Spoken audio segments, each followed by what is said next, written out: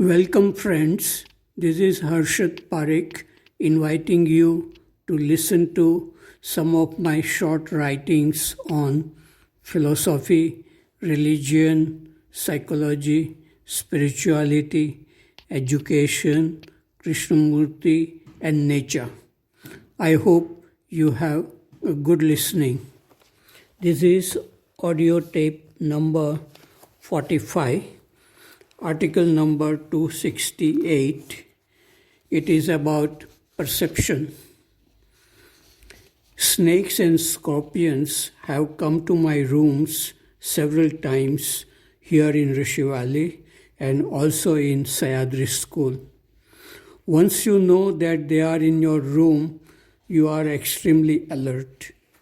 You will either try to remove them by yourself or call someone who knows how to catch snakes. Only after they are removed from your room, you can relax. Snakes and scorpions also exist in our own mind in the form of anger, fear, jealousy, etc. But they are hidden and we are not aware of their presence.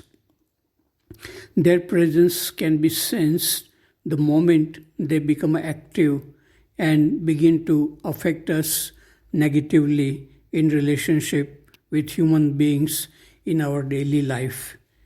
Is there a method to remove these psychological snakes and scorpions? Can someone remove them for us? The mind needs to be alert and awake at every moment to see clearly when anger, fear, jealousy arise. If this seeing is clear and non-verbal, it is the action which removes these psychological snakes effortlessly. But such perception, which is the right action, is very rare. One needs passion, curiosity, and honesty to see thoughts and feelings arising in the mind without any motive for such a perception to be a natural state of being. Article number 269. It is about truth. There is no truth in any verbal statement. There is no truth in what I am trying to communicate here too.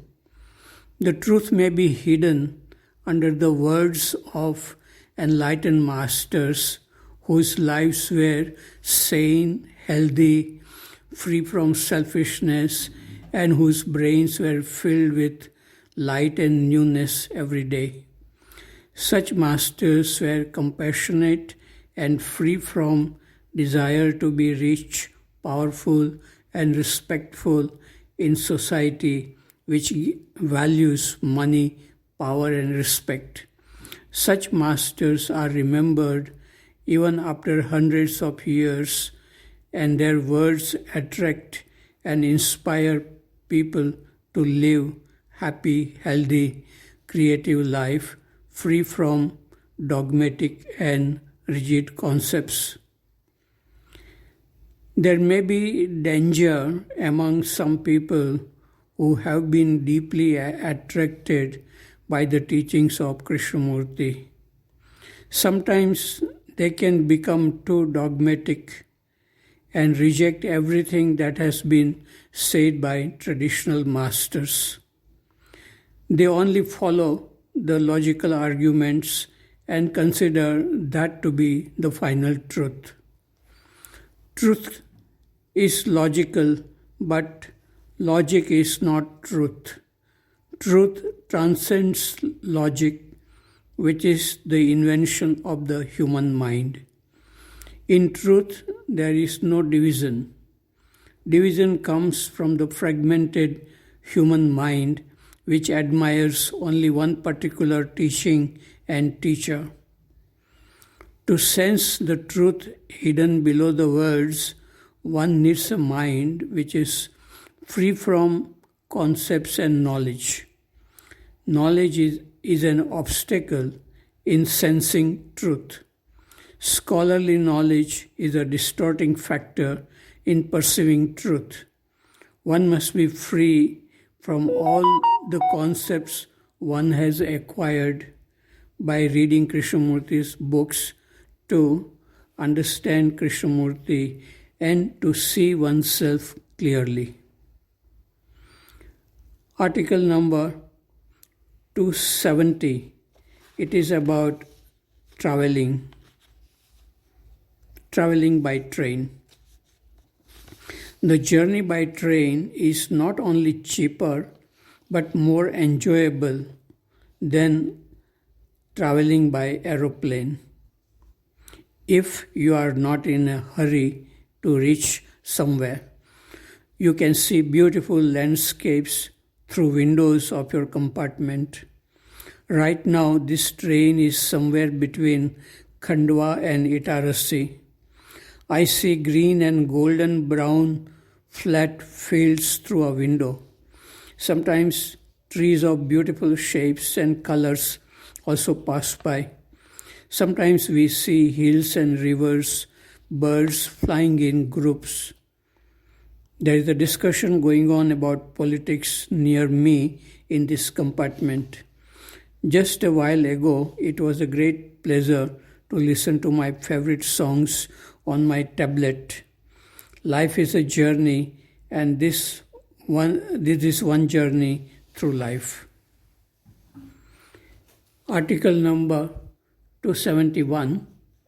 It is about boredom and loneliness. Once I saw 3 little girls walking in a school. 2 of them were walking ahead and talking. The third girl was walking a little behind. She was feeling lonely and isolated. She said, "I know you two are talking about me." She imagined that her friends were talking about her in a negative way. I have heard little children saying, "I am bored." Loneliness and boredom are widely spread diseases of the mind in the world, affecting people of all ages. This can lead to smoking, drinking, watching TV mindlessly, chatting on phone and internet. These problems do not go away by just escaping. The real cause behind this problem is the continuous activity of the mind, which is seeking something. The mind is never satisfied by whatever it acquires. The way to be free is to first acknowledge that the mind is going too fast. There is no gap between two thoughts, and thinking is a habitual mechanical activity. The mind does not want to die, to be silent. If a person is brave enough in not escaping from boredom and loneliness, there is a possibility to be free. If one can watch the activity of the mind with great attention. We do have this capacity to watch thoughts, but very few people are aware of it.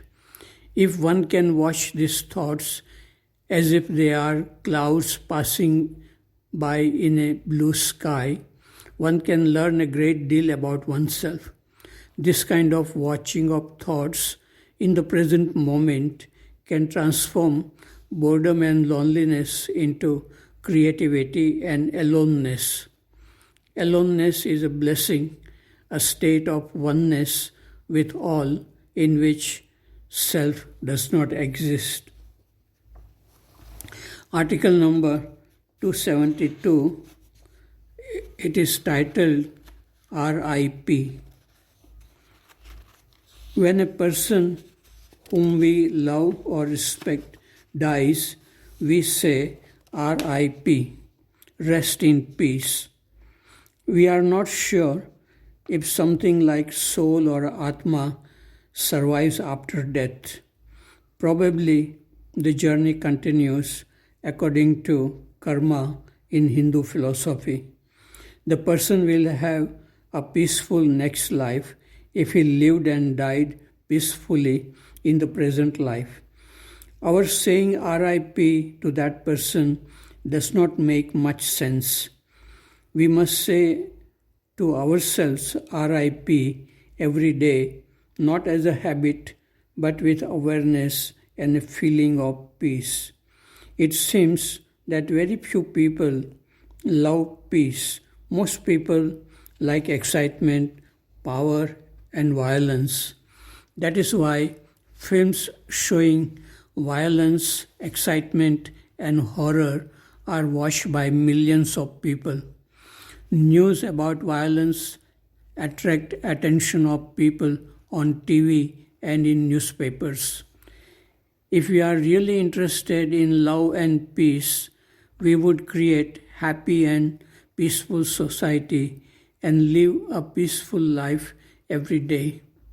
Those who desire peace, they can get it in many simple ways like listening to peaceful music, walking in a garden and listening to birds singing. Now it is the time for me to go for a peaceful walk in the park nearby and walk on a beach. Peace is there within you if you really want it. Article number 273. It is about a machine. Using neuroscience and artificial intelligence, scientists have been able to create a machine which can convert thought waves into sentences of a language. This machine will help patients who are able to think but are unable to express their thoughts by speaking or writing.